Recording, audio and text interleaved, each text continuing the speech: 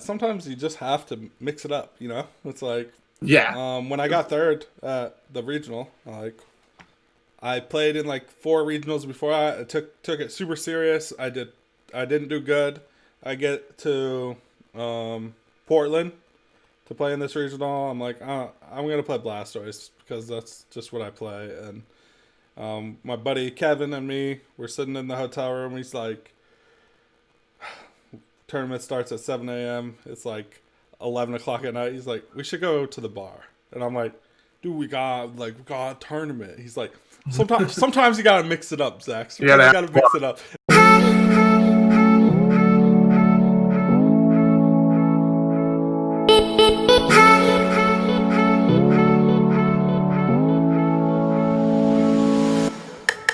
Yo, what up, guys? Welcome to Faded Town, number one Pokemon podcast in the world. These are facts. Look them up in a book. Go talk to your local library. She knows exactly who I am. You can just ask her at the front desk, do you Zach Everett? She'll be like, oh, number one Pokemon podcast. It's like, that's where you find out the information, We're back with we're not calling it the one, I haven't decided. We've been trying to change the name of the one-on-one series. We got a really good idea from Spicy Nuts, who left a comment like 2 episodes ago, and he said we should change the name of the one-on-one series to Ancient Origins 73. I was like, Ancient Origins pretty cool. Yeah, I know, right? That's what I said first. I don't get it. Like, Ancient Origins was pretty cool. I was like, oh, origin stories, we're talking about the past. That's kind of cool. I'm like, 73, what does that mean? And come to find out, he tells me that 73 is the card number for Faded Town in Ancient Origins. Oh, okay, that's clever. Yeah, I was like, all right, cool. That's big brain. That's super big brain. I'm like, we might not have that many fans, but our fans are big ass brains, all right? You're like, you know what? We got 73 fans. Yep, that's all that matters. That shit was dope. So that might be the name. It might just be Origin 73. I don't know. I haven't decided yet. Probably find a way to make it a little more catchy. Yeah, we'll figure it out. But if you do have ideas, you can leave them in the comments below. Make sure you like, subscribe. Less than 50% of you guys who are watching this are not subscribed. Like, are you guys good? Like, is there a problem? Does your mouse not work? Do I have to start sending mouses to people? Like, what's going on here, guys? We got my boy Garrett here with me. Hola. It's gonna be a chill podcast. Nothing crazy. We got Player Cup 3 coming on. We're gonna not dive into anything too deep. Well, before we move on, let me make sure we always do this.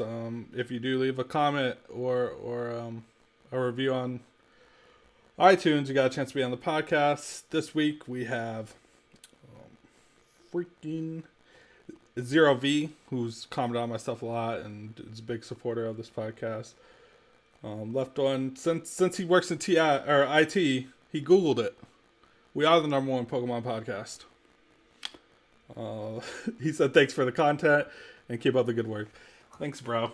We appreciate you. And like I said, dude, the fans keep telling you, like, the stuff I say at the intro, all you guys think it's a joke, but every week it's proven. Like, this IT guy Googled it. It's there, guys. It's there. Like, they wouldn't lie. They wouldn't data mined it. Exactly.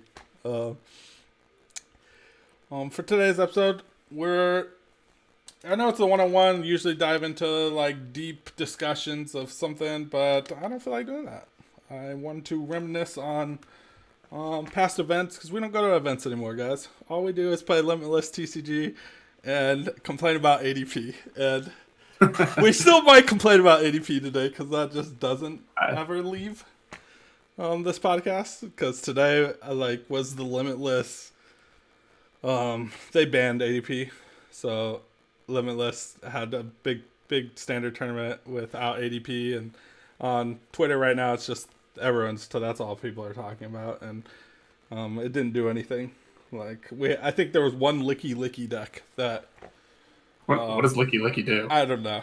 I don't know. I didn't look too much into it. I want to know what it does now, and I'd play it. Yeah, I'd play it, but I guess that people are trying to justify ADP being the reason Licky Licky isn't good. So there we go, guys. That's why we should ban ADP, because if not, we'd all be playing Licky Licky. I actually kind of want to see what Licky Licky does. I hope it's the one where it's like you can get like choices based off how many energies or something. I think it's that one. It's got to be. But Garrett's googling it. While we do that, I kind of want to jump. Like when did you start playing the game? And you're from the Arizona area, right? Yeah, I'm from Arizona. I started playing in 2010 when I was like the second semester of my senior year of high school. It was like one day I was at Walmart and I saw like the cards, and that night I was at home. I was just sitting on my computer and I was curious to think of like anybody opened Pokemon cards on YouTube. Oh, okay. Like, was that a thing? And so I Googled it, or not Googled it, YouTube. Talking about Google. I looked it up on YouTube. First channel I came across was Primetime Pokemon. Yep. Because he was the big channel, and he's still big. Like, he stayed consistent. And I just like binged watched his videos. Yeah. And I was like, I missed this. And like, because I played Yu-Gi-Oh when I was younger. I did kind of learn Pokemon like in that time when the EX sets were out. Yeah. And but I didn't stick with it because I was just still invested in Yu-Gi-Oh. Right. I was gonna say, I think like a lot of people that play Yu-Gi-Oh look at Pokemon and go, I don't think so. Well, like, I was also really young. I was like elementary school to junior high when I'd go to like local Yu-Gi-Oh tournaments, and it was not a fun time. Really, really crap crowd of people. I'm not saying that now. I'm just, like, I know a lot of cool people now, but like when I was a kid, like the way I got treated at these tournaments was like, yeah, it was like that. Yeah. It drove me away from it. I don't know. I don't want to speak for all Yu-Gi-Oh players, but the Yu-Gi-Oh players in the Vegas area are known as scumbags. Like they play with backpacks on their laps because their community steals their cards and shit like that. Yeah, that's how you can always point out a Yu-Gi-Oh player at a Pokemon tournament. Yeah, because they're hugging their backpack. They're hugging their backpack. Yeah, and like I'll never forget one of the I was like 6th grade, and I was at a store called Atomic Comics. It was pretty big back then, but they're out of business now. And I lost my binder, and I'm like looking for it. I asked the employee who was running the tournament. He told me no, and then like 5 minutes later, he just randomly pulls it out of a bag behind the counter. He's like, "Look what I found!" And no, he just said, "Don't leave it around again, or don't leave it sitting around again." Wow. And I was like, I mean, I had my deck stolen once. It was just like, it wasn't a good time. No, like. One time, someone, because I mean, Pokemon players, at least in Vegas area, we're all pretty nice people and we don't steal shit. And so I left my shit around, and someone took my deck once, and like the shop owner fucking put on the fucking gates, like shut the whole store down. He's like, no one's leaving here until he gets his shit back. And it's like, boom, and magically, dude, someone found it in the video game section. I don't know how I got there, but that's where I'll never forget. I'll never forget in 2016 when we had Arizona Regionals. Yeah. When we still had Arizona Regionals, like rest in peace to that. That was my first regionals. Like it was the first regionals that had like the bigger like money as prize support, like the $5,000 for winning, and it attracted a lot of Yu-Gi-Oh players because of it. Yeah, and that was the year that Kieran and Wagner's deck got stolen. That was full of just gold cards, gold Ultra Balls, like full art everything. That just sucks. I don't know. And I was like, I don't know how people. But like, I have no idea, dude. Like, I don't know. I borrow cards from people. It's like to ever think to sell them or like steal someone's shit is just crazy in my head. I'm like, I would just never do that. Like, I feel bad because, like, I pulled out, like, my backpack that's been, like, sitting in the closet, like, full of my cards and everything. And the deck I built has a dowsing machine in it that's not mine. Oh. That I know whose it is. I borrowed it for Utah, for Salt Lake. Yeah. But then, yeah, but then Salt Lake got canceled, and the person I have it from I haven't seen since then. Right. But, like, the first time I see him, I'm going to give it back to him, obviously. Like, I'll go through my shit, I'm like, this is a full deck. It's not my cards. And then I'll have to hit up the person and be like, hey, dude, I have your deck. Oh, I was wondering where those are. I was like, I got it, dude. Whenever we see you. He's like, yeah, no worries. But always definitely. like that. I can usually tell if the cards are super blinked because I don't play blink cards. I'm like, me either. Like that, like full, like high rarity died for me when emerging powers came out.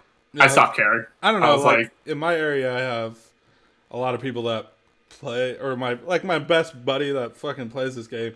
He buys high rarity. Like that's all he buys. So it's like I used to really like it because of that. Basically, I used to really like it until everything was ultra rare.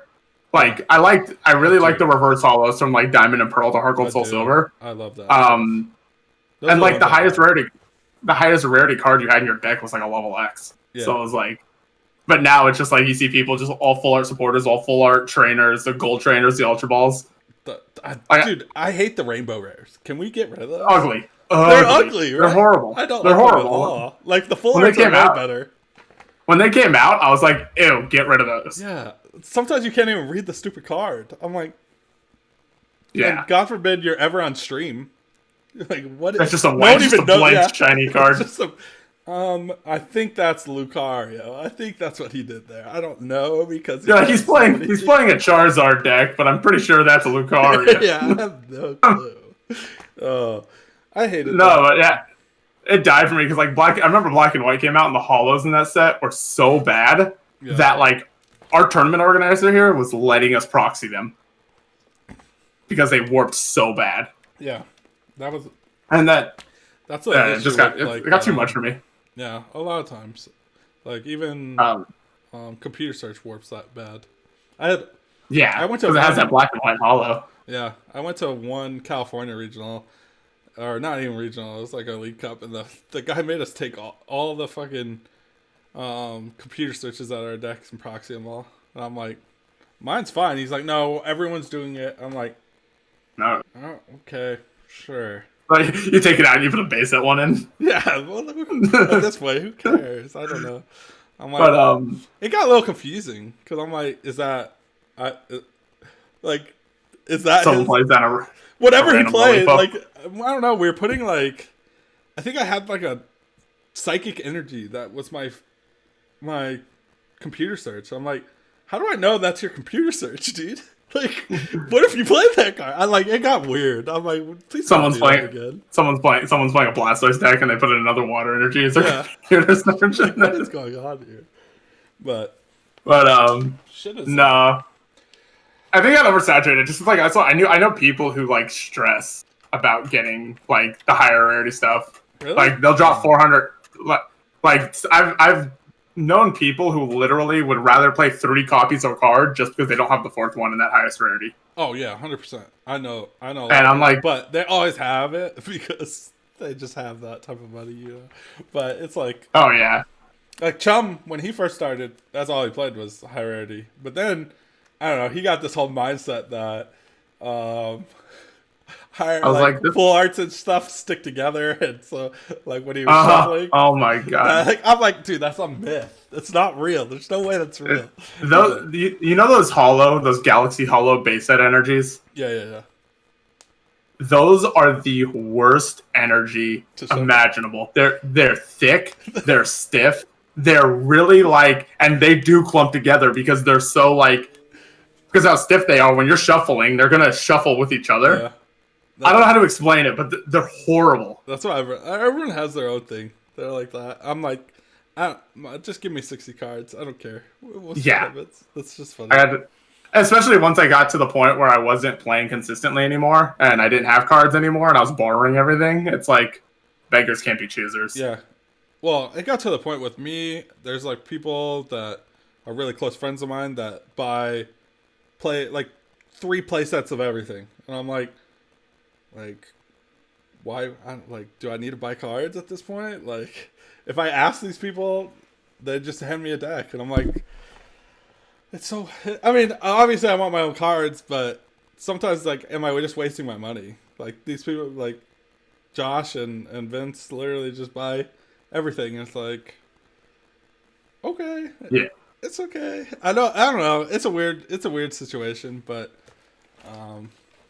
Yeah, for me it depends on where I am. Like if I want to if I want to actually start playing consistently again, I'll buy cards. Yeah.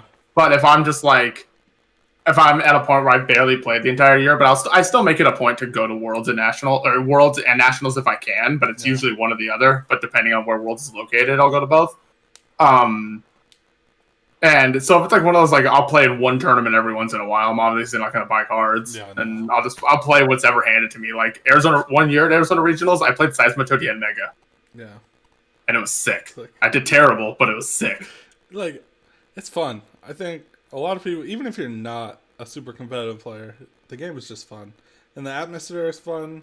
And like, I went to the last NAIC, which, rest in peace, it's been like 2 years now or something. But I haven't gone since like 2017. Yeah, I think it was 2019, 2018, 2019. I don't know. Whenever the last one we went to, and I went there. Russ told me right before the week before NAIC.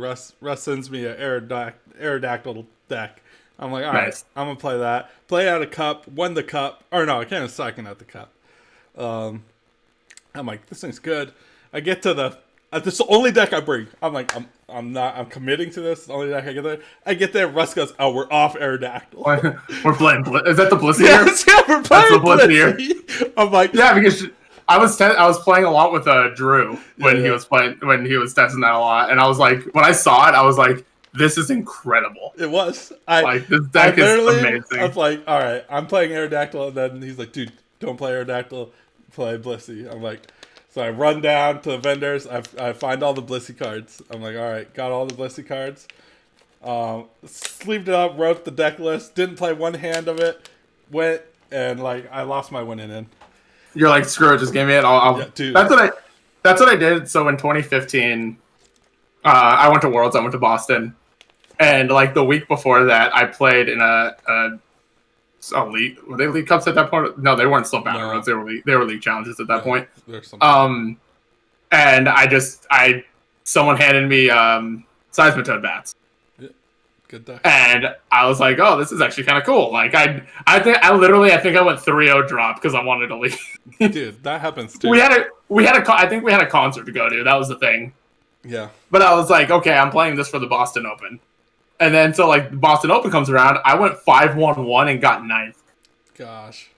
And I was like, I got 9th because first round I played against Paul Johnston. Okay. And I had never met him before. It was my first time meeting him, and now, like, I love him. He's awesome. But he was playing Dawn Fan. Oh, gosh. And he was my tie. And he tied, I think, like, 5 times. That sounds about right with that. And that's what screwed my resistance. But like it ended up not really mattering because they didn't have any sort of prize support figured out for that tournament. Like I never got anything. Nobody got it. I don't know what people ended up getting, but I remember at the time it was like everyone was kind of pissed because they were like, dude, there was nothing announced new and new. Yeah, the Opens always have the most controversy. Like in Nashville, you had like they're like, all right, we're gonna reopen.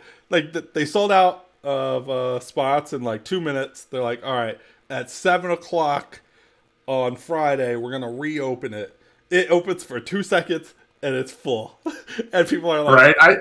It's ridiculous. I played Rayquaza in that, I think, and I think I just got like, I played a Rayquaza, and what ended up happening? I played 4 Field Blowers in that deck. Damn, like because everyone was playing.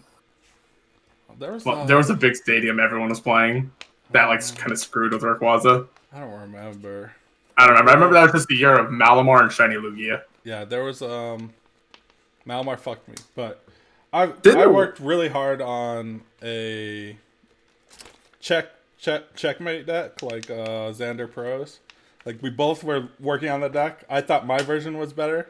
He thought his version was better. Is that the Naganadel deck? Yes. Okay, yeah, where you get that, you use that GX and restart essentially after you run them out of resources. And like I was playing Jirachi and Mr. Mime in my deck, so I would take 3 prizes on a 2-prizer to just win the game on the next turn. And I was crushing people, and what kept fucking me is I only played one Mr. Mime, and when I reset the game, Mission Mine ended up in my fucking prizes like 3 times. Jesus. Yes. That is the reason I stopped getting like frustrated with losing, because I kind of just accepted that any random stupid thing could happen at any point. Yeah, I would be like, I would tell my opponent, I'm like, all right, I lost, I'm going to concede. Well, I'm going to show you what I was going to do. And I flip over the prizes, and they're like, what is that? And they read it, and I'm like, this is what's going to happen. They go, oh my God, and like take pictures of it and shit. I'm like, God, it would have been so good. It would have been so good. And then Xander wins it, and I post my list. He posted his 2 minutes after mine. Everyone ignores my list. I'm like, fuck you, Xander. Fuck you. In 2013, I played Blastoise for nationals. Okay. And that was before best 2 of 3, so it was just one single round. Yeah, that's a weird time back then. I think it was round 4. I got paired against a Gothitelle Excelgor. Okay. Which that's a deck that ended up winning the tournament. Yeah. Because it was like that was like a sleeper. It wasn't a sleeper, but like leading up, like that tournament cycle leading up to nationals, it started to like gain steam. Yeah. And then so the kid like turned 2 rare candies into a Gothitelle, and I don't have a Blastoise yet. And I'm like, okay, I lose this crap. And then he like level balls. He looks through his deck 3 times, and he goes, all my Excelgors are priced. I manually attached to my active Keldeo until I knocked out the Gothitelle. He was like, once you get the 5th energy, he's like, I'm just going to scoop. Yeah. I was like... I was playing Archie's Blastoise. Prized both Archies. And I had Wishy-Washy in my deck. And like, he's bricking. So I'm just manually attaching to Wishy-Washy. And then it's like, I think it's this GX attack. Like, you do a lot of damage, and then you can move all the energy. It like spreads a ton, right? Yeah. No, I think it does a lot of damage and then moves all the energy. You can take all the energy off of it.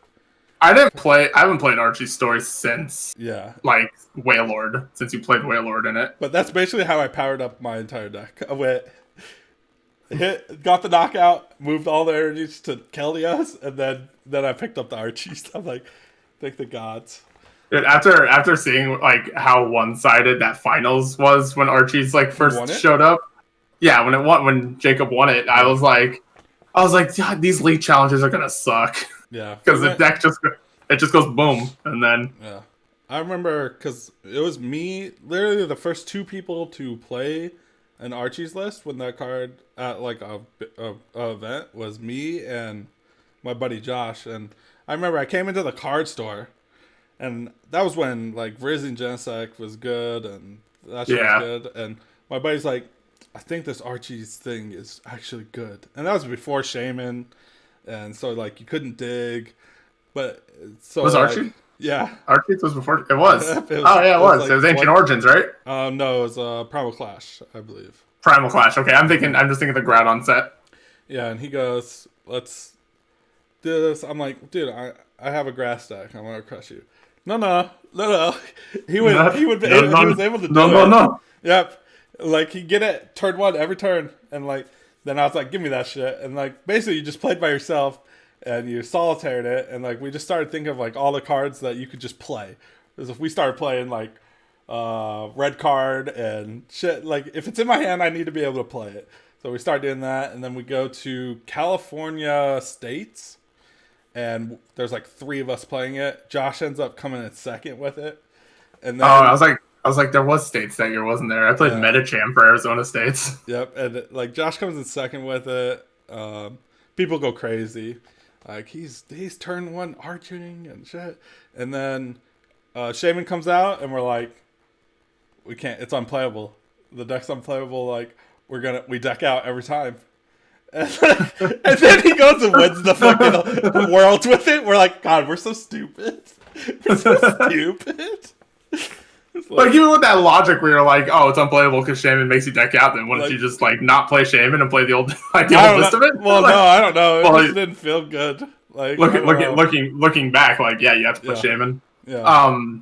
When 2013, when I played Blastoise, like I wholeheartedly thought that was like the best deck in the format. Yeah. Because like everyone was hyping Plasma, and they're like, no, Plasma's just too fast, and I'm like, Plasma is my easiest matchup, and I was rooming that year with Kevin Kobayashi. Okay, yeah. And he was playing Plasma, And the night before, like, steamrolled him like five straight games. He was like, I don't want to play anymore because I just kept getting turn 2 double Blastoise. Yep. What are you gonna do? The only thing that made Blastoise like hard for people to play was you needed like 3 to 4 tropical beaches. Yep. Which I was lucky to borrow 3. Yeah. And but like in the tournament, I played against 4 plasmas. I beat 3 of them, and then the one that I lost to was Ryan Sablehouse, who ended up getting second. Yeah. But I lost, like, I don't know how that game would have went because my opening hand, I had a Juniper away, like, 3 rare candies and 2 superior energy retrievals. Dude. So I lost everything out the gate. Yeah, that's the hardest thing with RGs. When you start, like, 3 superior energy retrievals in your hand, it's like, what are we gonna do? We gotta sit here and hope we get an N or just concede. One of the two. Yeah. Or even if you're gonna play N. Yeah. Well, if you play N, you're not playing Archies. Yeah, exactly. I don't know, it was all bad. But I stuck with Archies. When it won, I was like, every expanded regional, I'm just going to play it. And, like, I just kept playing it. And then finally, at Portland, I get 3rd overall. And I'm like, nice. And everybody said the deck sucks. And I was like, I don't think it sucks, guys. I think it's good. I'm like, you're like, well, my 3rd place trophy says otherwise. Well, yeah. Well, that's when, like, people started arching Kidra. I was like, dude, like, when I first told people, I was like, I'm going to Archie Kingdra. And they're like, you're going to Archies twice? I'm like, yeah, but that's what my deck does. I was like, my deck's built to Archie, so I could do it again. I'm going to do it again.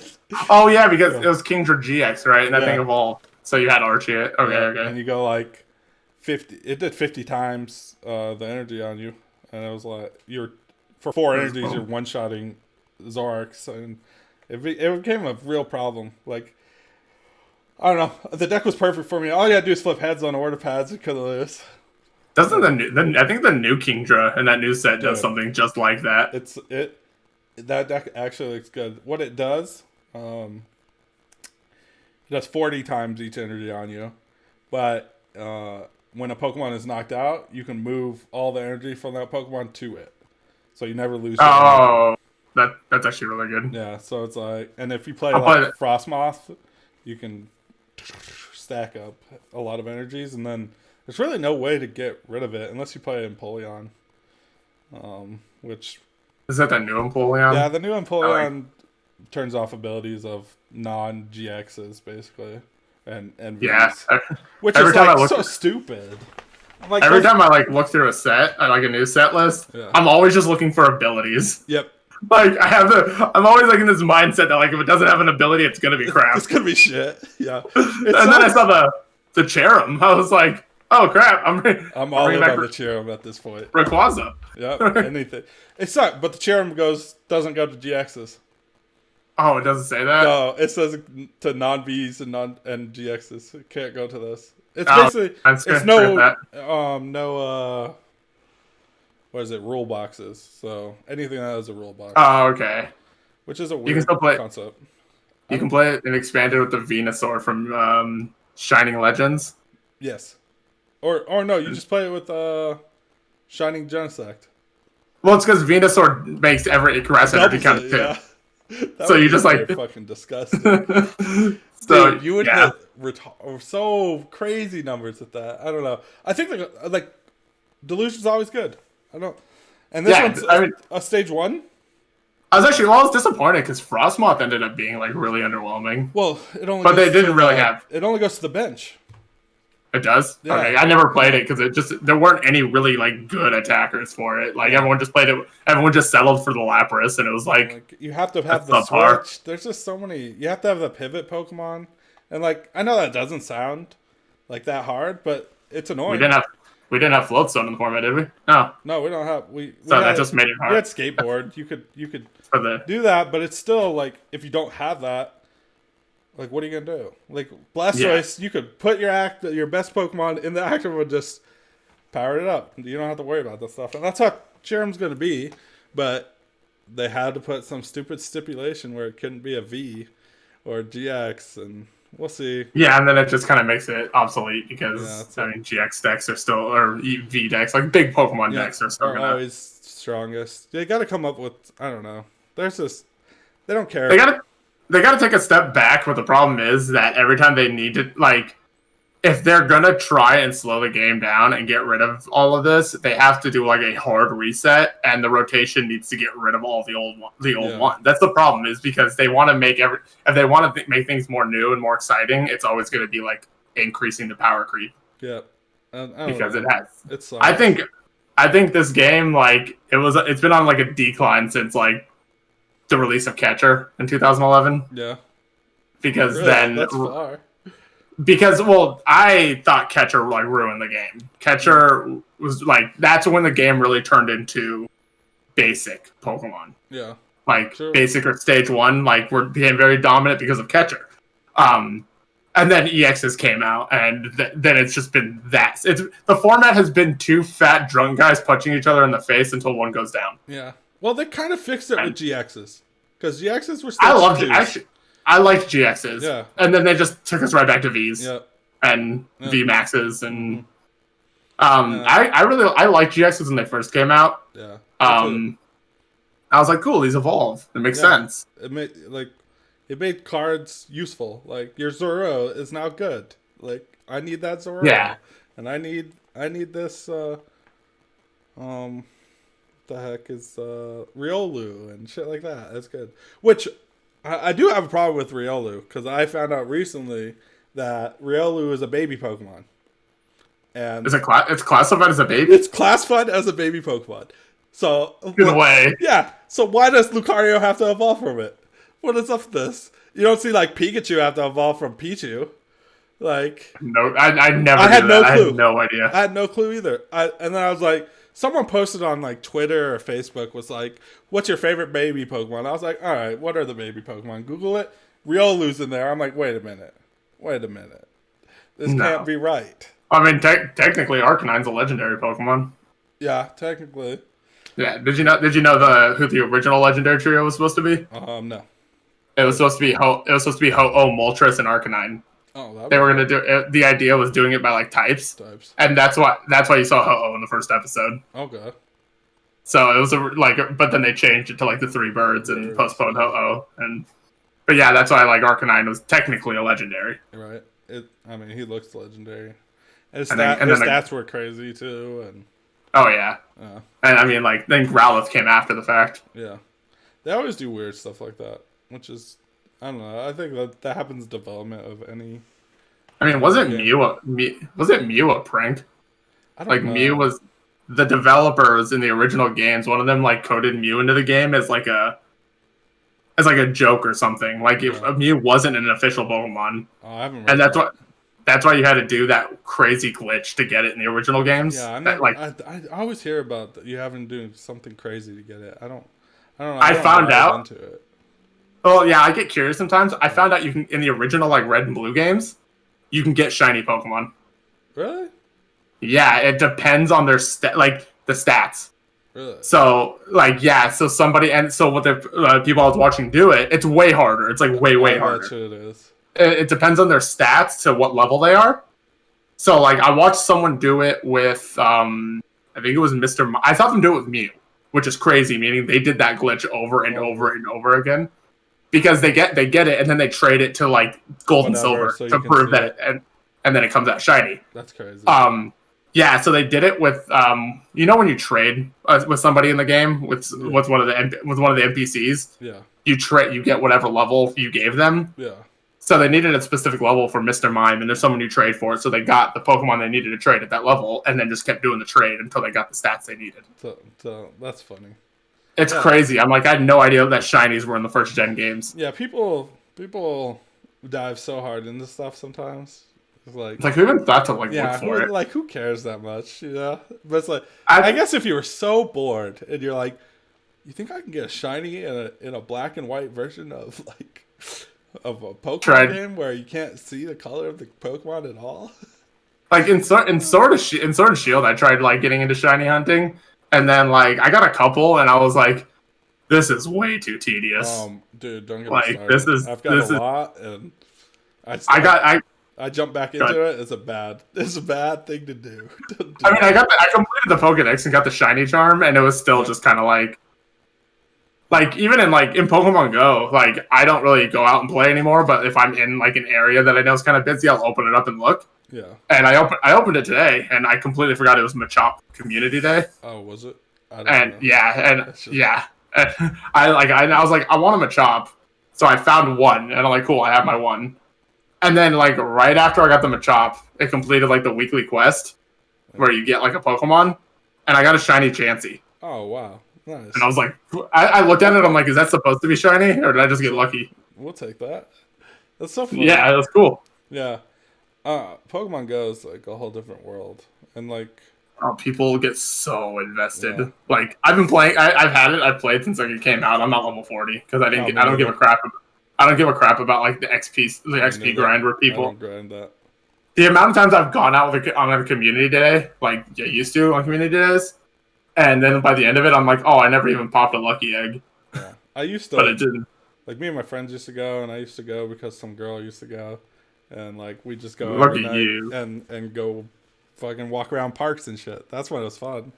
But That first like month, like the college town here, and like the little we have a man-made like lake called Tempe Beach Park, yeah, which is at the foot of like the strip of bars for the college town. So it's just a super busy area. Thousands of people. yeah. That like first week, it was packed. It was thousands of people. It was like nuts. first month was like, it was insane. I couldn't like people. It just tells you how many people know Pokemon. Did you go to Worlds in Anaheim in 2017? Yep.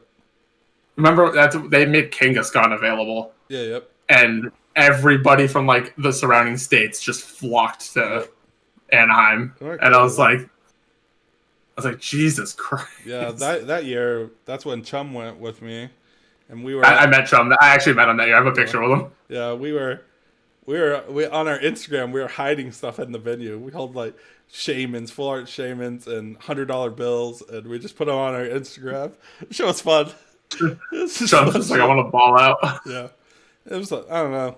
It was fun doing that Sacred Scoop stuff. Was crazy, and then yeah, it was an experience. I would never do it again. Like the grind that people put in for YouTube, like for someone to that's why like when I see like dislikes on like people like people that do Pokemon content that's like build a deck and they put a dislike, it's like if you understood the effort that they put in, you would never dislike anything. Sometimes I feel like some stuff is just like bots. Like, I don't know, like, they're not real dislikes, they're not real likes, they're just kind of like... Oh, I don't know. Because there's a lot of fake, like, spam bot accounts, so it's like... I used to do YouTube, like, a lot. That was, like, because, like I said, I started... Primetime Pokemon's who's got me started. So then I was like, I made a YouTube channel, and I would post videos, and eventually I just kept posting videos. Yeah. And then, I actually met one of my best friends through YouTube. His name's Perry. He lives on the East Coast in South Carolina. Because I didn't have anybody here to test with. Right. So, like, I ended up meeting him. We would play on do you remember Uvu? OOVOO? It sounds so familiar. It was Skype, but we thought it was like a better Skype. Yeah, better Skype, yeah, okay. So that's what we would test on. We would just point our webcams down and play on that. Yeah, and then the other thing that was really cool with YouTube is, like, back then, like not what it is now, but back then, it was phenomenal for trading. Oh yeah. Like I remember trading like video game stuff on YouTube. Yeah, it was insane because all you would do was like post your binder, like take a video of like what you have, and then like put in the description or in the video like what you're looking for. And what was awesome was there were also a lot of just collectors on YouTube. And the collectors were always really cool with Pokemon players, like competitive players, because they were actually really rare. Like YouTube used to be like collecting, pack opening, and then a very small amount of competitive content. I think it's still like that though. Like I think it's ramped up. I think it's really ramped up with all this this hype because of like crazy. Because of what's his name, Leonhardt. Like he really blew up. Yeah, well, Logan Paul fucking opened Pokemon cards in the world. Exploded. Up. Yeah. Yeah, like every time I'm in a Target or Walmart, I'll always 100% of the time some random like college kid is like standing in the Pokemon card section. Oh, like I can't buy cards anymore. My Targets. every day. The last time I bought cards.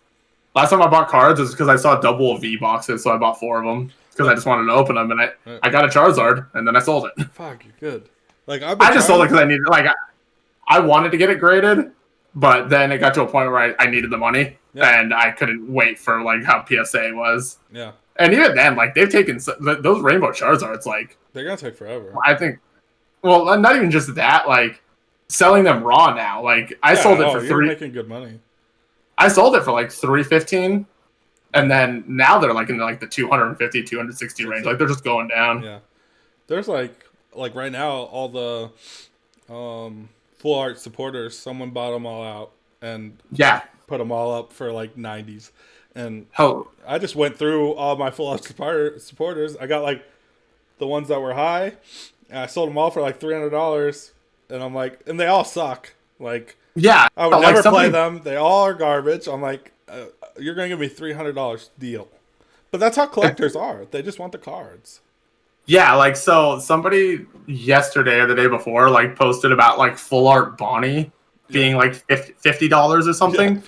And he was like, it was like one of those really complainy posts. Like, why is this card so expensive? I'm like, because people like you are willing to buy it at that price when you were never going to buy it before. Yeah. You're always looking at it because it is expensive. Because it's hyped now. And I'm like, it's weird to me because I kind of understand like the waifu cards, like Skyla's or this. I'm like, that's a 4-year-old on that card. Yeah, if you want to. Yeah, I never look into stuff like that. I hate when people do that. I hate when people go, "That's a 10-year-old." I'm like, it's a fucking cartoon, first of all. So let's start. It's a cartoon. Like. Because like I talk about this a lot because one of my best friends, Dustin, he sells for a living, like he sells on TCG Player, so he pays attention to why certain things are going up, and like the waifu cards, they like, all got bought out. That's what happens. But I'm like, that aside, Bonnie is still a infant, like like that's how I saw that. I'm like, why are you hyping Bonnie? It's a terrible card. Yeah, I don't know. People like as a competitive player, it's like the best thing in the world because you're like, oh, I got this at Elite Cup out of a pack. I thought it was garbage. It's been sitting in my binder for an hour. Now you want to give me $90 for it? Deal. Take it. Deal. All day, just take it. Yeah. I'll never. In what year was this? 2013 or 20? It was 2013. I had a page of each of the full art Latios and Latias EXs because I like them. Yeah. And somebody was like, "I'll give you $200 for all of them," and I was like, "Take them." Yep, deal. Like I don't care. I don't care. Yep. I love when cool cards are like crap because like there's a card that I like that I just like the art on it, but it's not good. Right, you buy it. I just hoard them. No, I have this little stack of Houndoom Vs. That I'm just like building up, like because Houndoom's my favorite Pokemon. Like when Wailord came out, my buddy Josh, huge Wailord fan. That card was $1.25 because it wasn't played, and he had like half a binder full of them, and then we go to Nats that year, and that deck comes in second, Wailord, and now the card's like $20 a pop, and he's like, "I got all of them, boys. I have them all. Here we go." It was hilarious because like my buddy Dustin, like he had a page of full art Mars. See? And he's like, "This is my time, baby." Yep.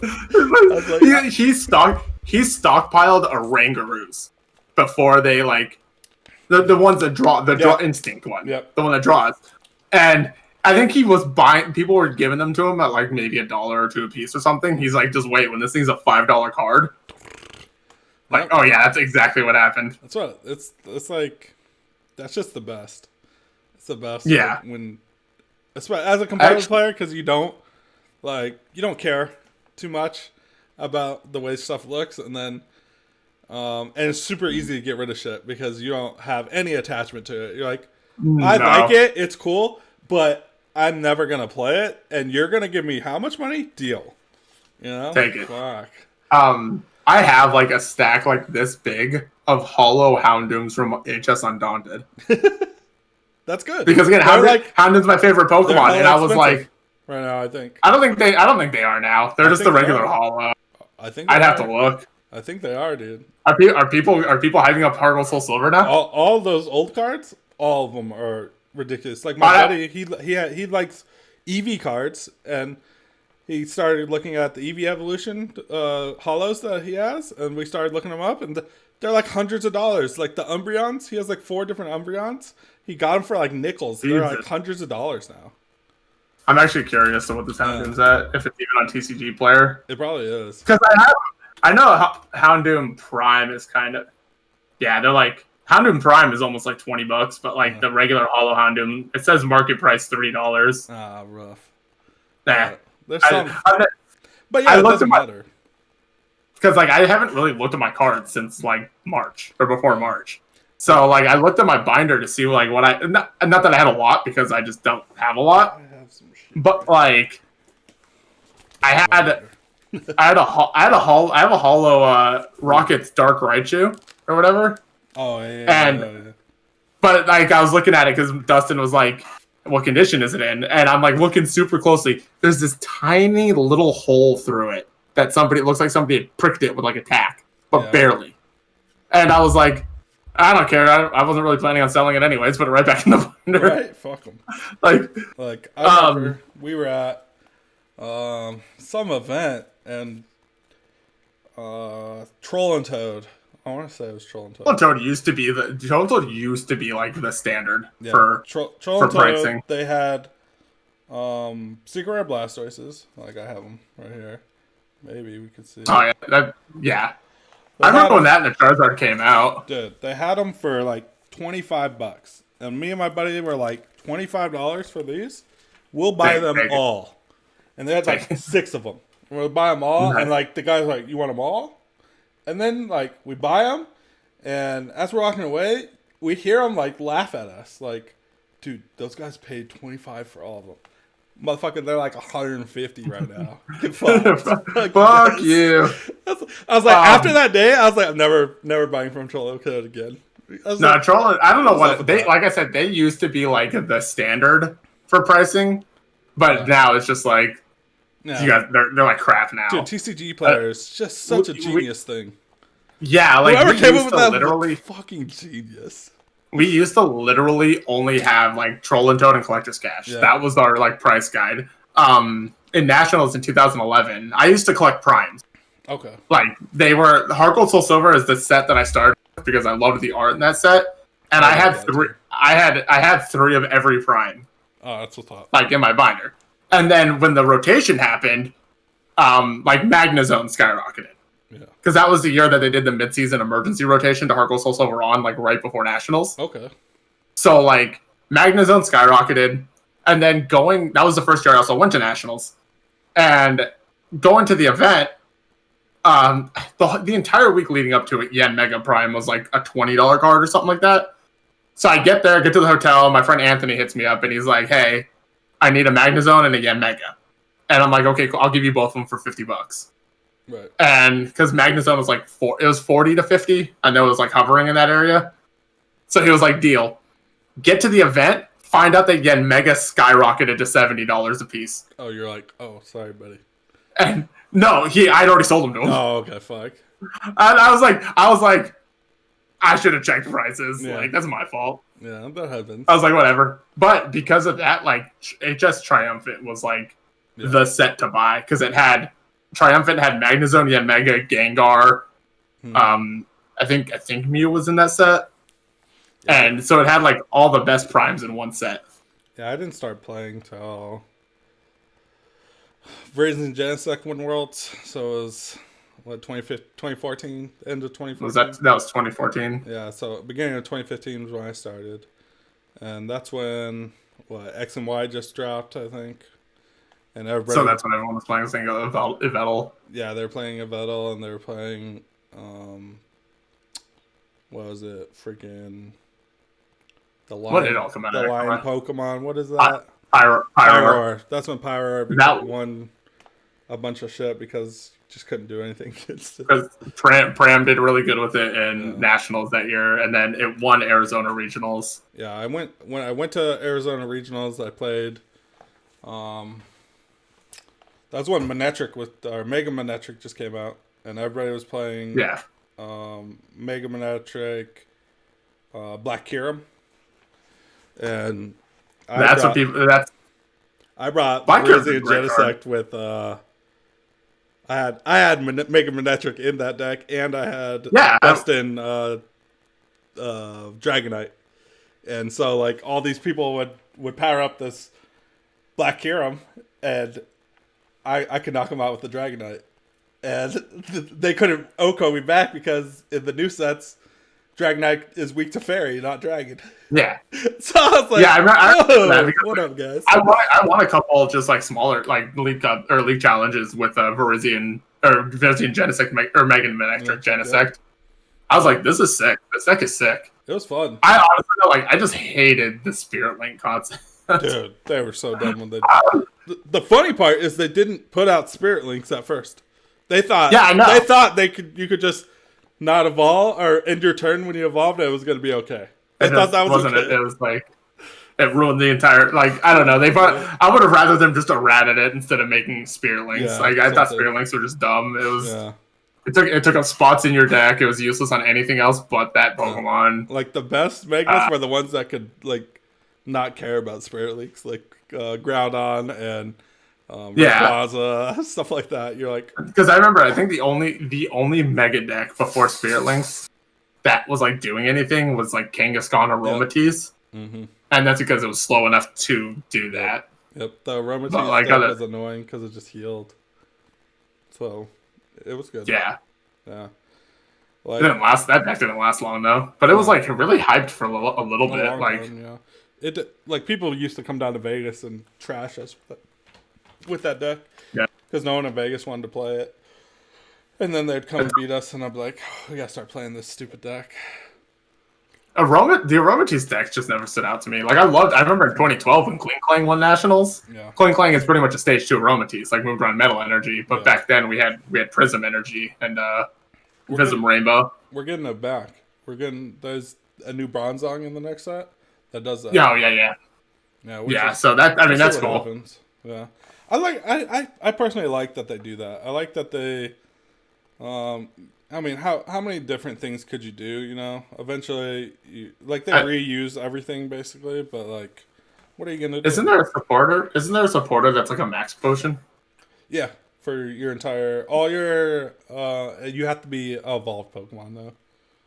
But a max potion is every single one of them though, which is that's really pretty good. That's really good. I'm like, if you can figure it all out, put all put them all on if you move your energy around, use that. There's people will come up with shit, which is the best thing about Pokemon. Like, and it's tough now because like a lot of people aren't diving headfirst into Pokemon, but back in the day when there are events, you get some really good decks, which is always fun. And like I was talking to my buddy, he's just started, like he's a collector, so he's just starting to play.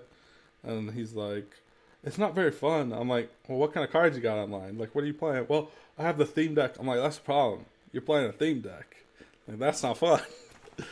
We one time back in 2009 and 2010, like before the Majestic Dawn on rotation, there was a player here who showed up, forgot his deck, bought a theme deck, and won the tournament. Gosh, dude. Just because he's a good player. He's a really good player. Yeah, I mean, like it wasn't just a random dude. But like to be fair, the theme deck he bought was like a pretty good one for the time. It was a Gyarados theme deck. It was a Gyarados from Stormfront. Okay. I don't know. He still shouldn't have won, but it's just like it's so. I love when random stupid stuff like that happens. Right. We had one tournament where what was his name? Was his name Isaiah? I don't remember his name, but he showed up. He'd never played a game in his life, and Jeremy handed him Durant, and they were like, "Just attach the energy and say Devour." Yeah, and that's what he did, and he won the tournament. I think it was like a city championship.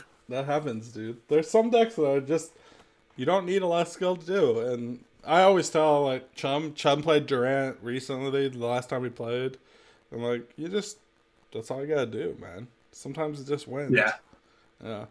You just say Devour. All right. One dies. You have this card. It brings it back. Say Devour. Yeah. I was thinking about. I always said like West Coast, it has the most killers that aren't big names. Like All the Arizona's California full, guys, huh? all the California guys. Like Well, we have great players here. there's But like 3 or 4 that have big names in California, but like Arizona has like killers that people don't realize. Like we got Jeremy, we got Drew, we got a lot of people who don't know Desmond. Desmond's a phenomenal player. there's a lot of players that like day 2 events always from Arizona, California. Like when I go to California, I recognize all these people, and when I go to regionals, they're at top tables. Like they're not, they might not win, but they're like the killers on the West Coast are there, and like don't get me wrong, East Coast has a lot more events. There's a lot more talent pool over there, but East Coast used to be like stacked, like way back. Like way back, like you had the Nance brothers, you had still the Sabahos brothers, who are now like Kyle's a commentator, so he's not playing as much. It used to be like over there was really where it was like the killers. Yeah. But it kind of just spread out. Like the thing is, it feels like I remember back when like ELO ratings were a thing. Yeah. Like people would focus on like where they placed their state. Like, oh, they're first in Arizona or they're first in California. I feel like nobody pays attention to that anymore when it comes to like their championship points, like at all. Yeah, I'm thinking. And so it doesn't really matter. I'm gonna start a website, obviously for the podcast, but I was thinking, I'm like, what am I gonna put on this website? Like, obviously, I'm gonna put the podcast. I'll probably have a merch store eventually or something. But then I'm like, what could I get people here? I'm like, you know what? How to stir up controversy or anything? I'm gonna do a top 10 ranking system of the best players in Pokemon, or the best North American players, or that. And like, there are people who even like do you know the name Tom Dozel? No, not offhand. I think we called him the Bulldozer because he wouldn't play all year. Never, not at all. He would show up to nationals and get his invite. See, that's all he did, and it was almost like fail proof. Like he did it every year, so that's what he did. That's what he did. He I remember in 2011, the first year I went to Worlds, he did he get top 8? I think he ended up getting top 8 after getting his invite at nationals. Yeah, there are some players that are just really good, like Simon.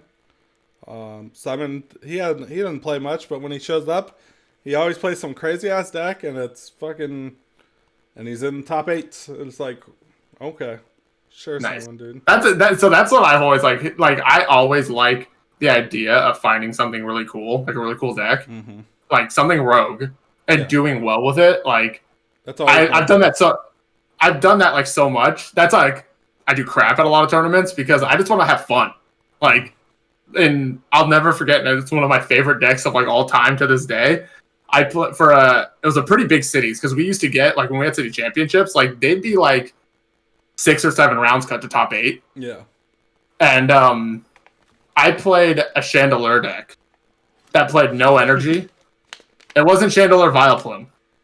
Oh. It played no energy and it never attacked. What does that even card do? So it's from Noble Victories. Its ability was when it was in the active spot, you could put 3 damage counters on your opponent's side of the field, anywhere you want. Okay. So the big deck to play with was a Vileplume deck. The Vileplume Undaunted was Trainer Lock. It was just like the Vileplume we used to like we had in 2015. So you would just like spread damage and Trainer Lock them and kind of control their board. It found its way into like a secret deck for Nationals in 2012. That was like really like going into day 2. I was like preparing to hit a lot of them because a lot of them were like at my same record. So I tested it. I tested that matchup until like 3 a.m. and ended up figuring it out. And the Chandelure was a great card, but the deck I played for the cities, it was literally just you would set up multiple Chandelure. You play a Dodrio, which Dodrio gave them free retreat essentially. Okay. And the idea was.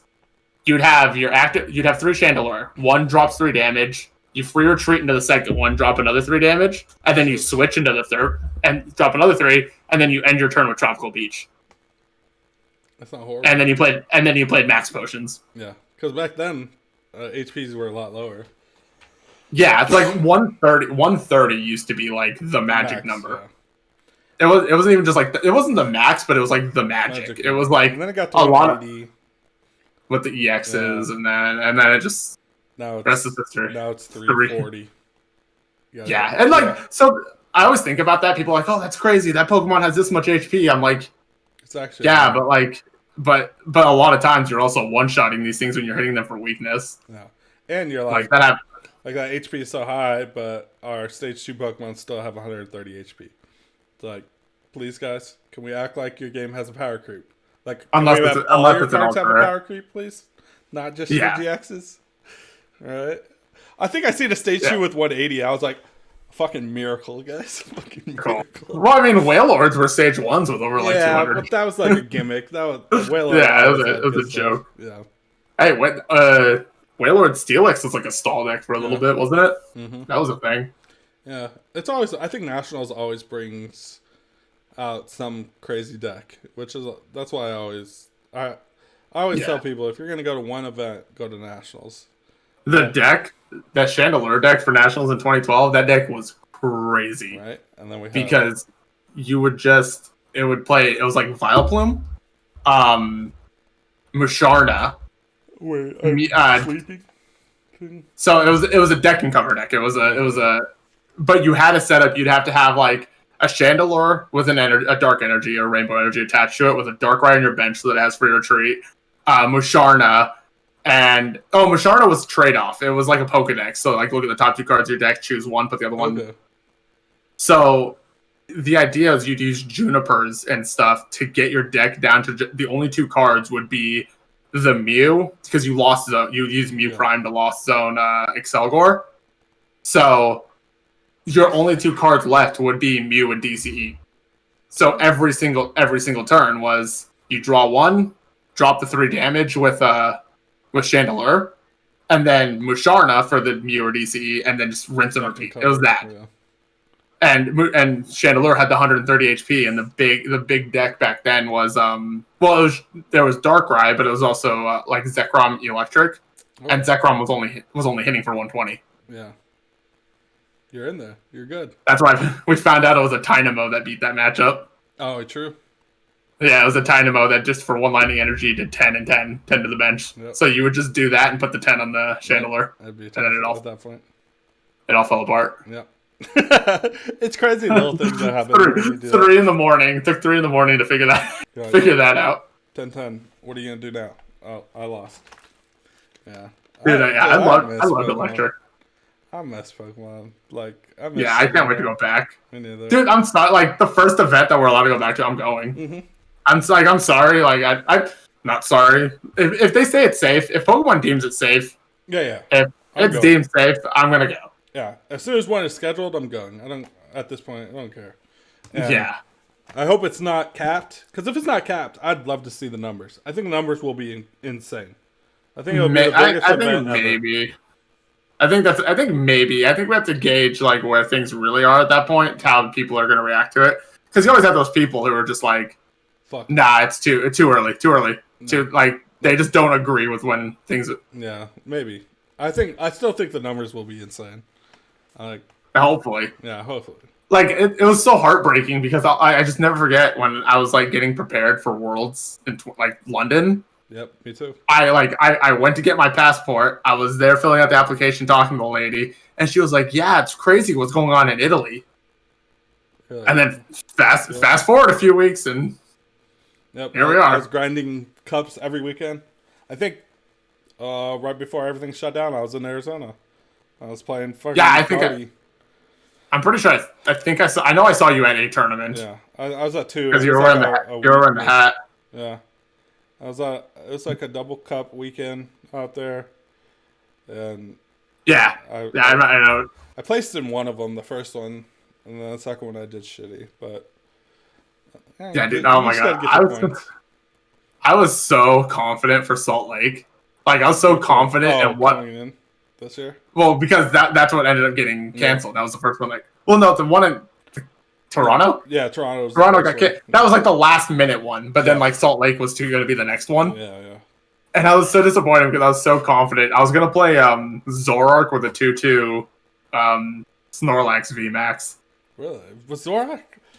It's because Zoroark so like it was so, still in the format. Yeah, I don't fucking remember. It was expanded. Oh, it was expanded. Oh hell yeah. So like expanded Snorlax VMAX was being hyped, and Snorlax VMAX played the 2/2 Chinchino. Yeah. Because you get Chinchino with Winona. Yeah.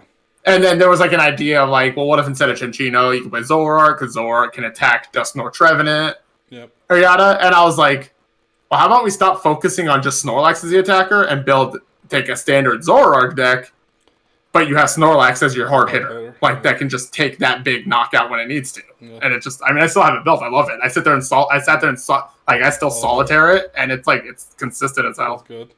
Yeah, I loved it. I think I don't know. Right now, it's a good time for anyone that wants to be good at the game, because like I just can never get into TCGO. Yeah, it's hard. It's hard. I don't get down as much as I should. That's why I haven't played it all. Is because like for me, like going to tournaments is always like traveling for tournaments has always been like see people first. Like see people have kind of a vacation first. The tournament, if I do good in it, cool. Yeah. But like also if I go 0-2, I'll drop without hesitation. Yeah. Kind of thing. Like, well, this last year, because I was going for my invite, so I was playing out, and playing out made you a lot better. You get a lot better if you just play out the games. But I was halfway to my invite at the halfway point, which I was on. I was happy with, and then, but. Like, I still always catch myself playing dumb shit. Like that's just what I do. It's just fun. Yeah, I don't know. That's like the number one rule in this game. Is like you just gotta have fun. Yeah. In 2013, buddy, an old friend of mine. I haven't talked to him in forever. I think I haven't heard from him in forever. His name was Ty Smith. He was a player from the Midwest, and he won a states. And he was just like. He's like, this is the first time I didn't really take a tournament serious. He's like, I just kind of went in and went with the flow, and this ended up happening. And I hadn't really been playing for like a few months leading up to Arizona States. And I went into the night before Arizona States. I was like, I have 3 Darkrai's and 2 Mewtwo, so I guess I'm playing this. Right. I ended I was like, these are the cards I own. Let's just make this work, and whatever happens. I ended up getting 3rd. And I was like, it was a terrible list, because like Plasma Kling had just come out, and I thought that was going to be like, I thought people were hyping it because that was the one that like EXs couldn't hit it. Yeah. Or EXs couldn't hit your metal Pokemon. Correct. Yep. And so like I put in a Victini, like the V-Crate Victini, with 1 fire energy, and I'm like, okay, this is what I'm going to use if I run into Kling. Right. So in top 8, I've actually faced Kling. The only one I faced the entire tournament, and I 2-0'd it without ever using Victini. Oh, see. And I was like, oh, okay, cool. But it's little things like that. Sometimes you just have to mix it up, you know? It's like, when I got 3rd at the regional, I played in like 4 regionals before I took it super serious. I didn't do good. I get to Portland to play in this regional. I'm like, I'm going to play Blastoise because that's just what I play. And my buddy Kevin and me, we're sitting in the hotel room. He's like, tournament starts at 7 a.m. It's like 11 o'clock at night. He's like, we should go to the bar. And I'm like, dude, we got a tournament. He's like, sometimes you got to mix it up, Zach. Sometimes you got to mix it up. And I'm like, all right, go to the bar, fucking get completely obliterated. It's fucking 4 a.m. and like we got a tournament in 3 hours. Let's go. I fucking show up, play the tournament, fucking make day 2. I'm like, first day 2 of the year. Like, I used to have like my better tournament results when I didn't go to sleep the night before. Yeah, I don't know. I'd be sitting at a table just like half asleep, and then like a play would come to me, like, and I'd be like, oh, okay, and then I'd win. Right. I get super. It was weird. Like I played baseball pretty much my life, so I'm super superstitious. So like, yeah, if I do good in like I bought these World socks, I'm like, dude, I wear these socks. I'm gonna wear them at every tournament now. All right, yeah, shit like that. It's just so funny. I get kind of like that. Or I won't eat lunch. I'm like, if I eat lunch, dude, I'm gonna lose the next round. I know I will. So I'm not gonna eat Yeah. that. Like shit like that. It's crazy the stuff that goes through your mind when you're like doing well at a tournament. Compared to like when you're not doing well, you don't give a fuck about nothing. You're like, oh, yeah, I remember it used to be. It used to be at one point like a big topic of discussion, or at least amongst friends of mine that have like the idea of like full arts clumping together. Yep. And I was like, they do. They absolutely do. Like, I don't. It's horrible. I'm a non-believer on that. That's just funny.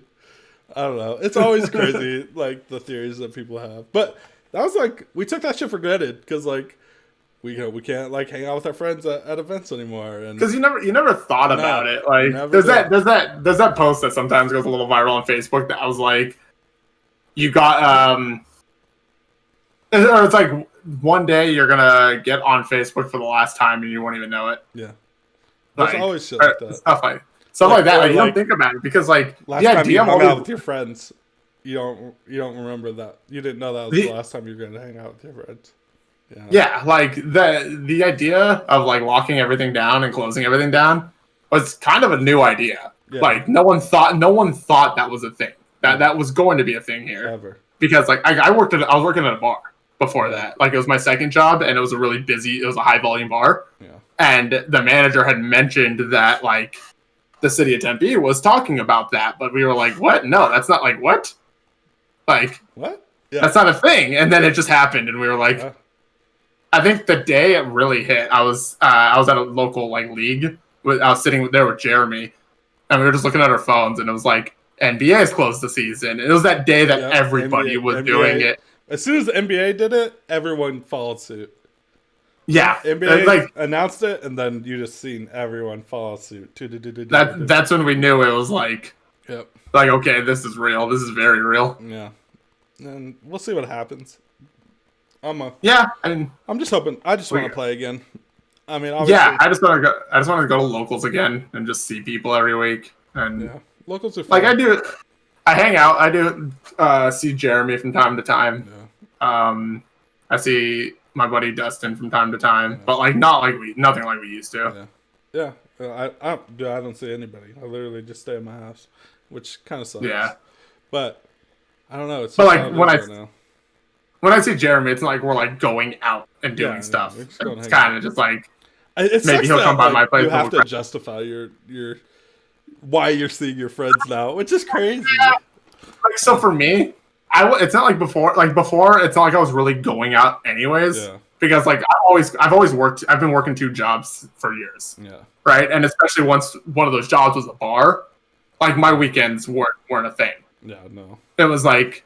Fridays would be I would go to luckily there was like league where we'd go to on Fridays and it was like right around the corner from the bar I worked at. Perfect. So I'd go there and then it depended because like sometimes at the bar I'd have to be there at like 9:30 so I could hang out at league until like 9 and then go into work. But like Saturdays, like tournaments, like there were sometimes like when I wanted to play, like I would work and get home at like 3 a.m. and I'd force myself up at like 6 and then go to the tournament. Because like I just wanted to go to tournaments. Yeah, it was just because there were sometimes it was like, well, if I make top of this tournament, I'm gonna have to drop because I have work. Yeah, like when I decided to go for my invite, I literally quit my job, found a different job that accommodated it. Basically, I was like, I need something where I can make a living and travel whenever I want to. So I figured it out.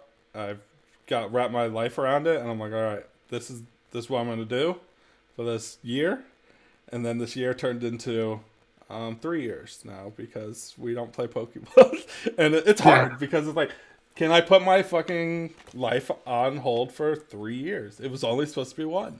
I was going to do this. But, I mean, I've got a new job now and it works a lot better. Like, I have weekends off. So, and I have paid time off so I can just take one. If we ever go back, once we get a schedule of regionals, I'm just going to take every Friday off of that regional, if I go or not. Because then that gives me Friday, Saturday, Sunday. I can, if I decide to go, I can go. And like so my job, my full-time job, I have weekends off. And then also, like, my manager is super cool and super flexible about things. And this year for London was at my work, like, they give you a week of vacation. And then once you hit your 3 years, that turns into 2 weeks. Yeah. And this was like my 3-year where I got 2 weeks of vacation. I'm like, well, that's perfect because I can take more time off for London. Yep. And so from here on out, I'll get 3 weeks. But I always get my anniversary always lands like right March or April. So like I'll have the vacation for those tournaments. That's good. That's all. But that's why I ended up actually quitting the bar. Like leading up to all the lockdowns, I was already kind of like 1 foot out the door because it was I was not healthy. I was not it's rigorous because I was a bar back, so it's like my position was get my ass kicked to make the bartender's jobs like as easy as possible. Yep. But I also worked in a bar where the other bar backs didn't do shit, and I would like imagine like middle of the night, like when everyone's shoulder to shoulder, having to carry a keg from like one end of the bar to the other. I would do that like 3 or 4 times a night. Yeah, fuck that. And those kegs they're not light. They're not light. No, I know. But I got to the point sometimes where I'd barrel through people, like someone wouldn't move, and I'm just like, move, and I like kick them. Yeah. But that's why I ended up quitting because I was like, I have no freedom, I have no life, I'm miserable, I'm exhausted, and so like when it shut down, I went back the first night they reopened. That I worked that night, and I was like, I don't want to come back to this. I'm not coming back to this. I'm done. Yeah. I think it happens. I think you just gotta be happy. Be happy with what you do. You gotta do what's best for you. That's what a lot of people don't understand sometimes is like at the end of the day, what's best for you is the priority. Yeah. Yeah, people always ask me why it's like, oh, you change your whole lifestyle so you can travel to Pokemon events. I'm like, yes, because I enjoy these things. Those take precedence. Yep, that's like the things I like to do. I'm gonna do those, and like I couldn't imagine a year off. I couldn't imagine what my life would have been like over the last decade had I not gone into Pokemon. Like the places I've gotten to go to. Like I haven't gone. Obviously, I haven't gone to like Intercontinentals. I haven't gotten like just London was going to be my first. Yeah, like I probably would never would have gone to Boston. Nope. There's a lot of things like people don't. It's like, oh, you went to Arizona. I'm like, yeah, but like you don't understand. Like it's not just Arizona. There's a lot of people there. I've seen so many different cities around the United States. It's things you would never do, and Pokemon gives you a reason to go there. Yeah, it allows you to do them. Yeah, you're like, okay, I'm gonna go here to play Pokemon, but I'm also gonna check out the city. Let's check out the city. Yeah, like Nashville, like 2018. Nashville was sick. Oh, Nashville was sick. Like I remember when they announced it in 2017 when they announced it, everyone was like, "Why Nashville?" Like it was like random. Everyone's gonna play on it, and then the event happened, and it's like my favorite world that I've been to. It was so good. The same day was the Taylor Swift concert. I've never seen. It wasn't just Taylor Swift. It's because it was. I think one side there's 2 arenas. There was an arena and a stadium. Yeah. The other side was Beyonce and Jay-Z. Oh God, it was insane. It was and then I think the next night was like Garth Brooks or something like that. And then the other venue was Journey. Yeah, it was. I remember like walking downtown, and there's a bridge from those stadiums. Basically, a bridge from where you would come from the stadium to the downtown area. I've never seen that many white girls in my life. I was like, what is this? This is insane.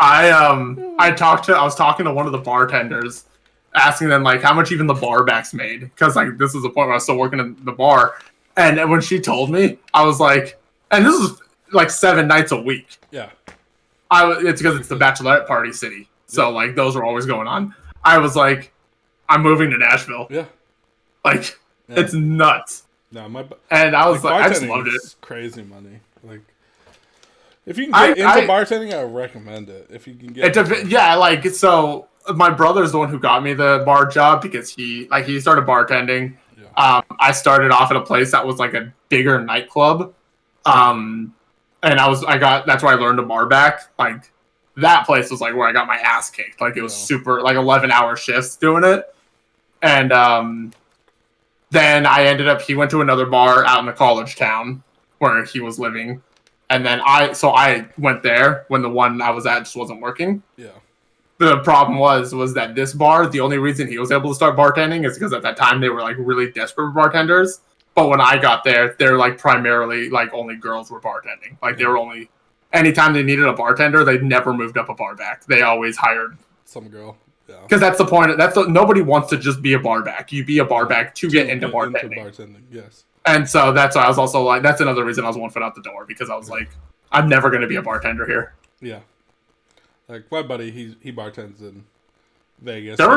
And like the money he gets is like they get paid hourly, 20 something an hour here, and then tips. It was just crazy. I'm like, yeah. Our hourly is like for tip income is like $9 something an hour, $9. But like on a 4.5 hour shift, I was making like $120. Yeah, so you're just making good money. But like that's what I'm making doing DoorDash. I made $100 in 2 hours tonight doing DoorDash. So that's why I just stuck with that. And it's a lot more flexible. But there are some times where the barbacks make more than the bartenders. Yeah, sometimes. Yeah, sometimes. Let's kind of wrap this up. We could talk Pokemon all day. That's the funny part. We're like, I could go on. I got so much more. There's so much that I know. Like, it's crazy. Like every time I do a podcast, like I'll have someone on. They're like, "What are we going to talk about?" I'm like, "We're going to talk Pokemon," and you'll be super surprised how long you can talk Pokemon, because like, it's just, it's so easy. The decks people were posting in Snow. Yeah, are you in Snowpoint Temple? Are you in that group? No. It's like the main group for like old school, like old format stuff. People today were posting Buzzwole Lycanroc. Holy and God. Like Yveltal. Oh God! And I was like, this isn't old. This is new. This isn't old. That's so funny. That's just so funny. People are like talking like 2017 format, and I'm like, that was like yesterday. Yeah, I mean, Limitless is doing 2017 formats now, which is fun. Oh yeah, people love that format apparently. Yeah, I don't know. There's a lot of debate on it. I hated Trash Lanch. I hated Trash Lanch. I hated Trash Lanch. I hate it. Because I think I just got bad luck with it. Because my hands would be like bunch of trainers and Sycamore. like I'm gonna lose. Either he's gonna knock out what I have, or I have to do this to set up. So yeah, it's always, I don't know. I always thought that card was toxic. The first time I saw the translation, I'll never forget. I was at a strip club.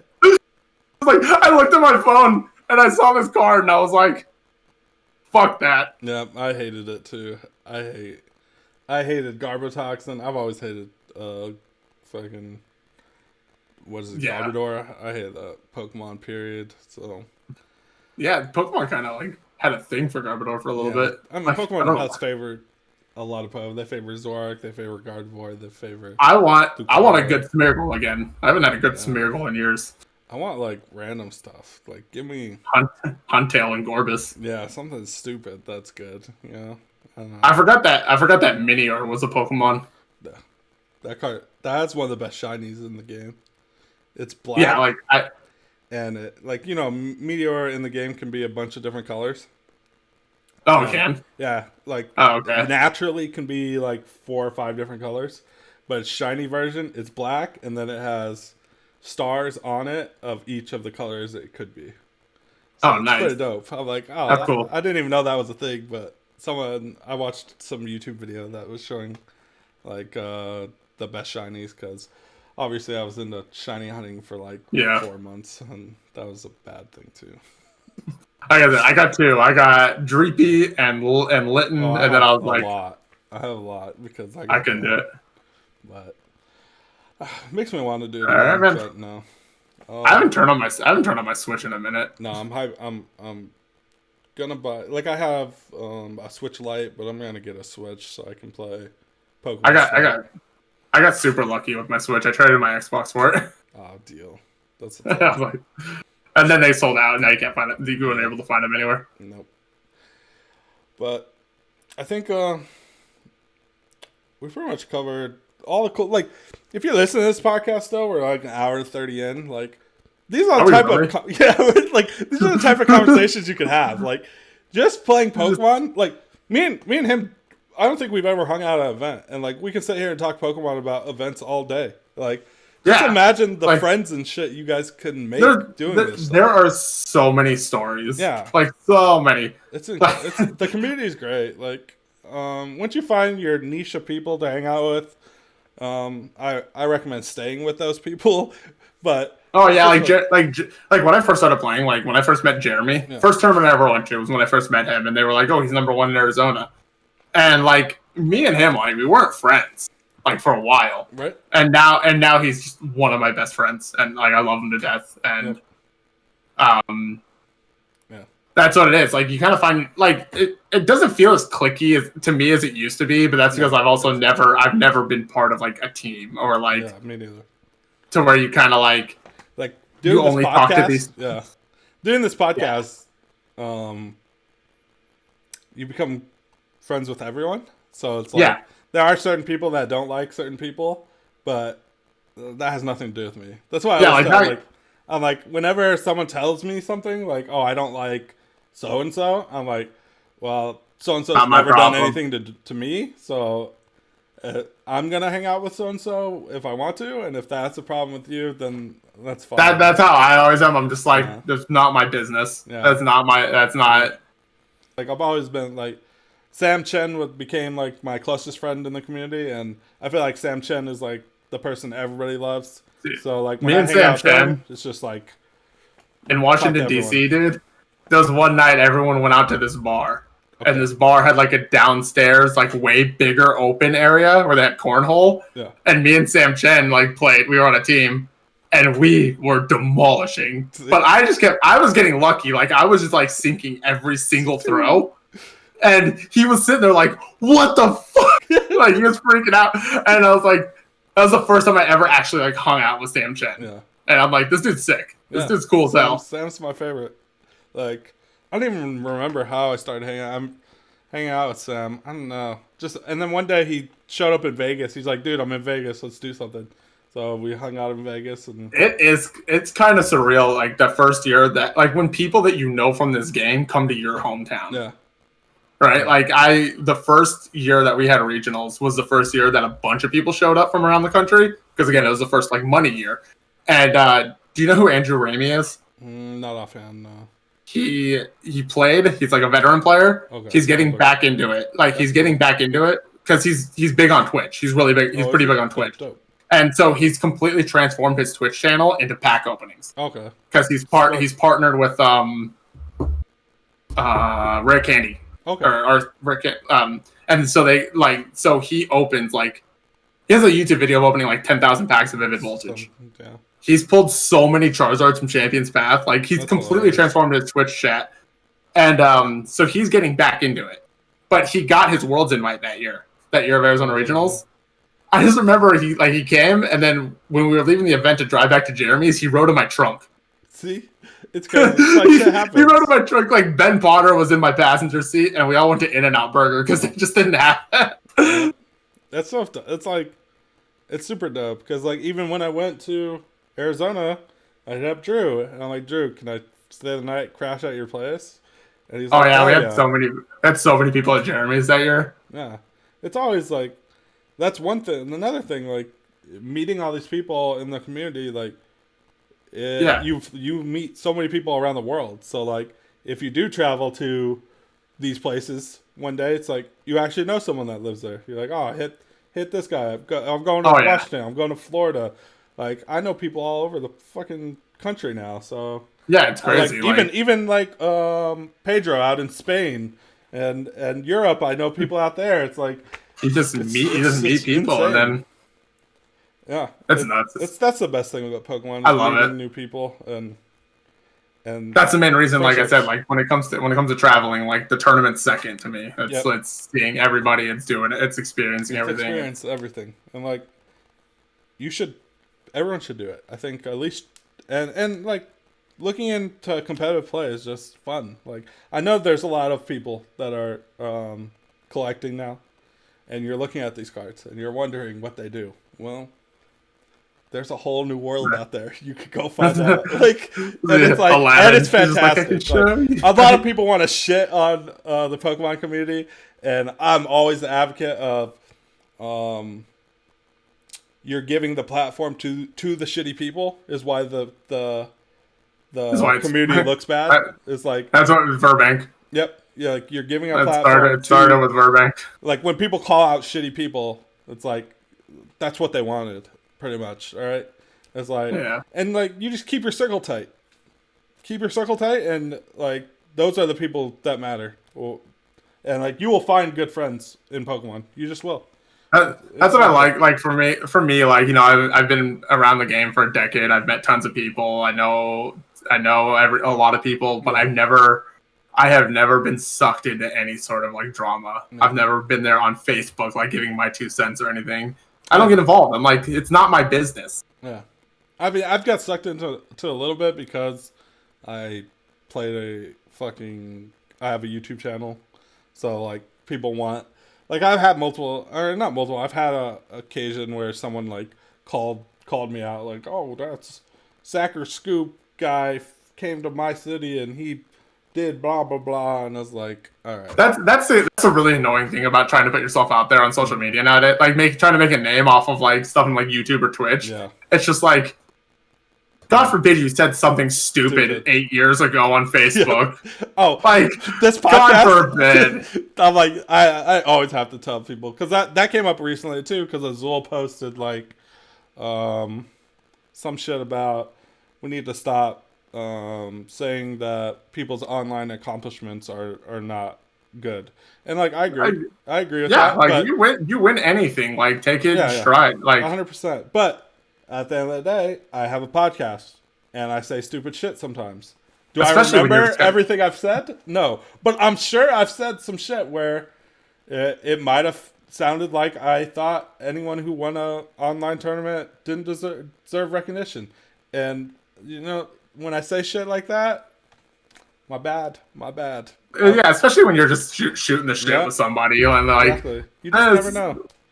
Like, that's me. If I ever say anything stupid, I'll always apologize. Yep, always apologize. Like that's like I don't have a problem. Like I'll go back if something is said on this podcast that is stupid, I know it's stupid, and like if you want to call it out and say it's stupid. I'll go right ahead and apologize to it. Unless I don't think it's stupid. Unless you're stupid. Then I'm going to tell you you're stupid because that's what I do. I was so mad that no one replied to me. Someone posted in Burbank, start an argument but don't reply. And I just immediately was like, ADP isn't broken. You're just trash. You're just trash. Yes. I was like, nobody replied. I was so sad. Right? That's hilarious. I think that's a good way to end it. I think that's if you got anything from this podcast, ADP isn't broken. You're just trash, guys. To preface, to put this in context, I don't play the modern format. The last time I played with ADP being a thing or ADP coming out, it was when it was played with like Keldeo, like when Zacian wasn't when it was fair. When Zacian wasn't fair, Zacian's the real problem. All right, but I will always remember that there's always a deck that people are going to complain needs to be banned. Like it was before this, it was Zoroark. Yep. Before Zoroark, it was Night March. Yep. Like it's always going to happen. Yep. It's what I want to look at when people are like, "Oh, this deck took so many spots at the top."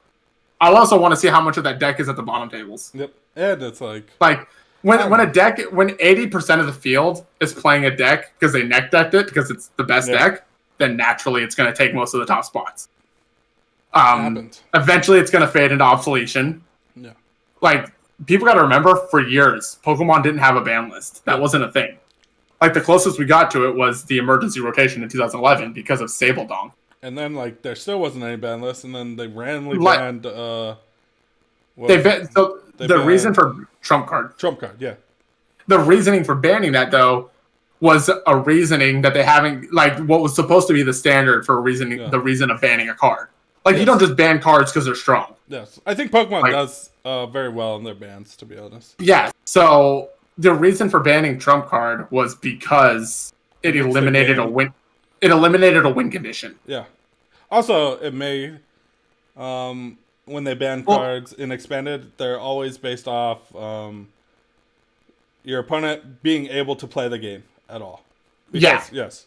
There was times where the cards that they banned are justified, where you get turn 1 item lock and hand locked, and your opponent doesn't even ever have a chance to even play the game, and like those have all been justified. I'm like, those are So people will complain when like, why did Pokemon design this card? It's like because the people designing the cards aren't the pro players. Yeah, they're not the ones breaking. They don't design them with old cards in mind. No, it takes the play. With expanded, it's like a whole new world. Yeah. Yeah, it takes the players to break them open. Yep. Yeah, I think it's. I love expanded, and they're on the right track. I think we'll get more bans sooner or later, and I think standard probably won't get touched, and it is what it is. A lot of people. Is anything banned in standard? I don't think so. No. Yeah, I doubt it. Nothing. No, they don't touch standard because there's not a lot of cards in standard, guys. I will say if they keep doing expanded, they need to reprint some of these things. They need to make more availability. It's been a subject. Computer search. I'm not gonna lie. I'm this close to buying out every computer search on TCG Player and just sitting. How much are they right now? Like $30. Yeah, I'm like, I just buy it all. And then when a regional comes and expanded, these are $100 bills just chilling in my pocket. When Computer Search came out at that pre-release, I traded a Reverse Hollow Skyla for it. Yeah, isn't that crazy? Nuts. Now it's like that card's just so good. It's in every deck. So right now, no one's playing expanded, so they're down to like $30, and I'm sure someone's gonna listen to this and go steal them all from me. But there's your tip of the day. If you made it to an hour 40 minutes, go buy buy all that stuff. You deserve it. You deserve it if you made it this far, guys. But yeah, we'll wrap it up. I think if you got any shout outs or anything. Shout out to everyone who's still been grinding through all this. Yeah, like people, especially the content creators. 100%. Shout out to again, like Jeremy and Dustin being two of my closest friends. Dope. Dustin's always helped me whenever I was getting out of the game and needed money or getting back into the game. He'd buy my cards or he'd have cards to sell to me. Like I'd always go to him. That's what's up. It's always good to have good friends like that. Yeah. But other than that, like everybody everyone who's been doing well, I hope everyone's doing well. What it seems like is that a lot of people, especially people I know, they're doing good. Just takes time. Yeah, we'll see. Other than that, can't wait to see everyone again. I cannot wait. All right. Well, I appreciate you coming on, man. It was fun shooting the shit. It's always fun talking Pokemon. I don't like it. Just you hit me up. You're like, I don't know anything about standard. I'm like, dude, don't worry. I'm like, I barely know what's going on standard. We'll get through it now. We're an hour and 40 minutes in. See, it just happens. If we talk Pokemon, that's just how it is, you know. But guys, I'll be back with Pokemon Breakdown on Thursday, which we might change it to Fridays because Thursdays Pokemon keeps releasing all the news, and like we'll put out we've been putting it out, and then that night Pokemon releases all the news, and we're like the new set just dropped. I'm like, we gotta wait a whole week to talk about it, and everybody's already talked about it. I'm like, it kind of sucks, but it is what it is. We'll figure it out. If it happens again, we're gonna put it out on Thursday this week. But if it happens again, it's probably gonna move to Fridays because it sucks. It sucks when you're an hour or hours away from news dropping and you don't get to talk about it. But guys, for now, we're gonna scoop it up.